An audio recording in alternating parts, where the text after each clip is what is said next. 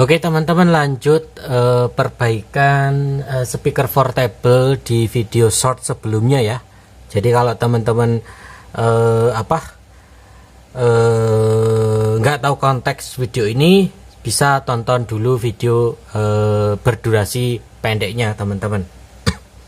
Jadi ini intinya ada speaker portable merek ini, itu kalau dinyalakan itu cuman jeduk-duk, jeduk-duk, jeduk-duk, jeduk-duk, kayak gitu aja. Nah logika dan berdasarkan pengalamanku aja, biasanya kalau yang kayak gini itu kasusnya di baterai teman-teman. Nah di video itu kan aku bilang bahwa ini biasanya baterainya. Cuman sebelum kita vonis ganti baterai, kita cek dulu.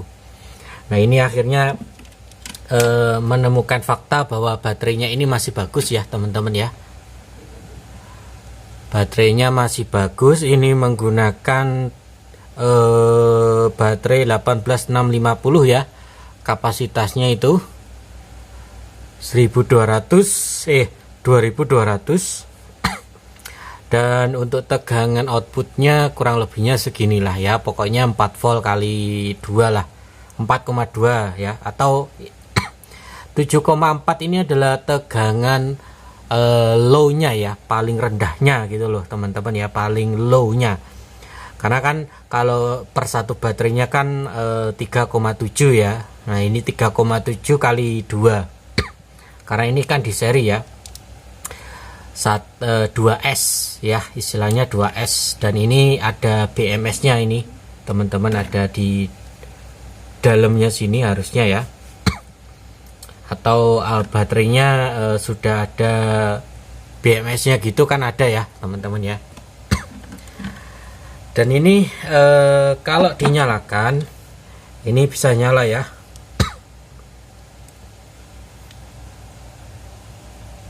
Bentar teman-teman.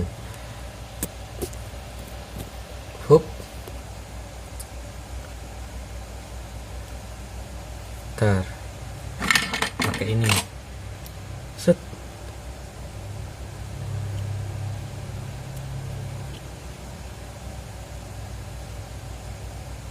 Nah, nyala ya teman-teman. Cuman ini displaynya ngaco ya.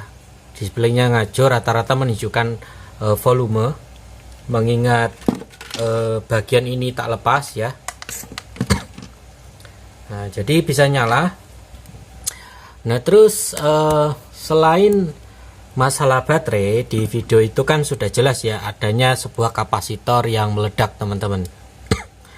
Nah ini kalau aku perhatikan, aku pelajari jalurnya, ini adalah elko supply ya. Jadi dari tegangan baterai ya, jadi tegangan baterai masuk ke ampli dan rangkaian keseluruhan itu ada elko-nya ini ya, elko ini ya.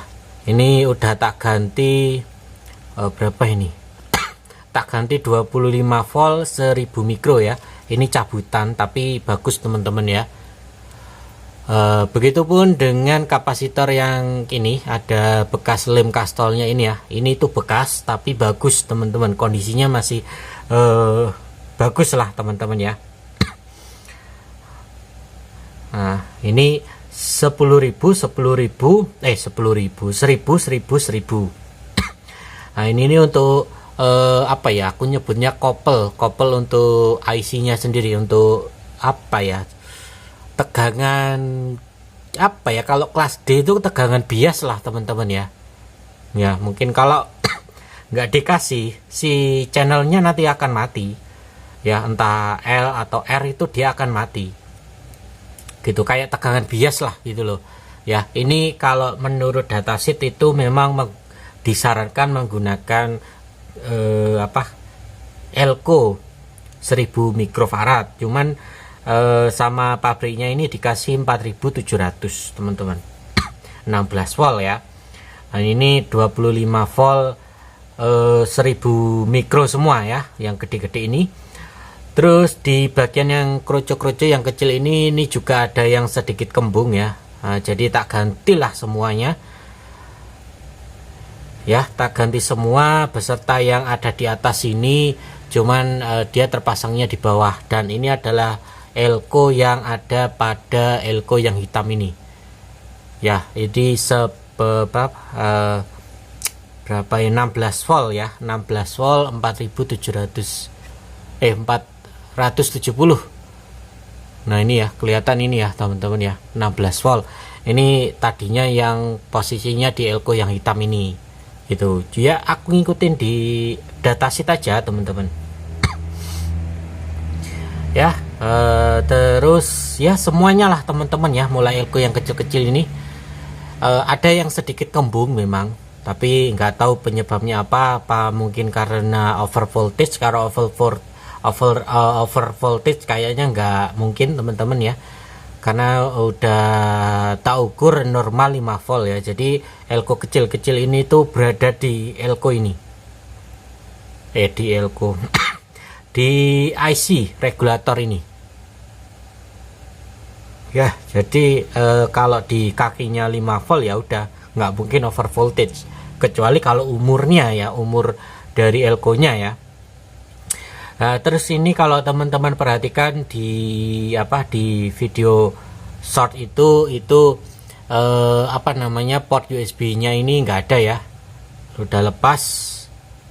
Terus jack DC nya ini juga sedikit longgar solderannya, jadi ini udah tak perkuat ya kan, tak perkuat. Mungkin nggak begitu kelihatan nggak teman-teman ya, tuh ya kelihatan solderannya atas bawah ya, biar kalau dicolok, kalaupun nyoloknya pakai kaki gitu ya aman-aman saja ya teman-teman ya. Nah terus untuk di bagian port USB nya ini awalnya bentuknya nggak kayak gini ya teman-teman ya, bentuknya nggak seperti ini. Jadi untuk modul-modul seperti ini tuh biasanya bentukannya itu seperti mungkin ya, bentar ya teman-teman ya.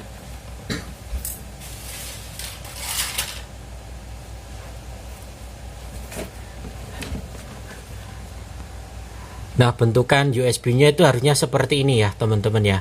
Teman-teman perhatikan apa ya istilahnya, aku nyebutnya kupingannya ya, atau kaki tambahan ya. Kaki tambahannya ini kan di belakang seperti ini, teman-teman perhatikan ini ya, jangan perhatikan yang lain. Pokoknya bentuknya seperti ini harusnya. Dikarenakan di bekasan itu nggak ada, dan kalaupun belinya juga di mana gitu kan ya teman-teman ya, di daerahku ya, maklum kampung teman-teman ya. Nah di sini aku menggunakan port USB bekas charger ya teman-teman ya. Jadi kupingan atau solderan bodinya ini itu ada di depan ya, makanya di sini untuk jalurnya tak gosok dikit, di sini juga ya kan. Nah ini lebih, menurutku dan harusnya lebih awet teman-teman, karena pangkal itu tadi kupingannya itu ada di depan ya. Kalau yang model kayak gini itu kupingannya kan di belakang.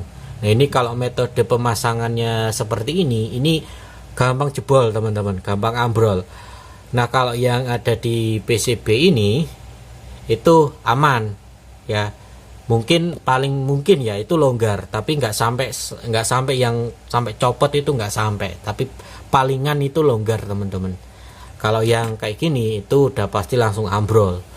Nah ini teman-teman bisa lihat ya, PCB nya ini keangkat jalurnya, jalur tembaga buat nyolder yang ini loh ya, yang sebelah sini. Nah ini terkelupas teman-teman ya.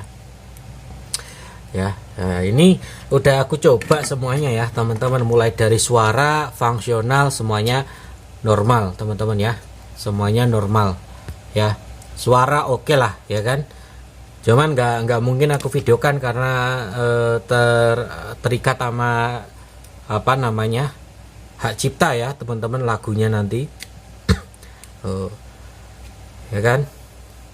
Nah ini tuh yang tak maksud itu yang kayak gini mungkin teman-teman ya. Nah yang kayak chargeran kayak gini loh. Nah ini kan pangkal atau kupingannya itu kan di depan. Nah ini kan lebih awet ya, lebih menurut pengalamanku ya, ini lebih gak gampang ambrol lah intinya teman-teman ya. Oke seperti itu teman-teman.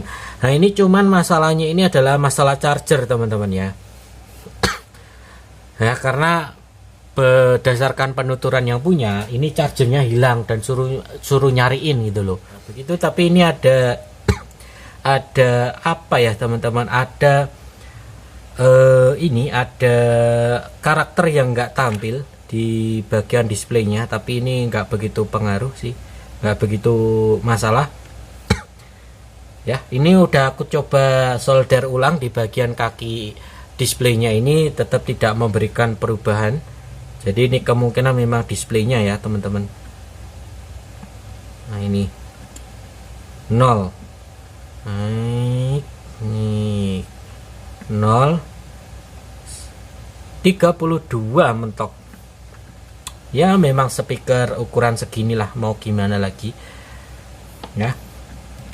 Untuk speakernya ini double coil ya teman-teman ya, double coil, terus tambah tweeter 1 gitu aja sih ya.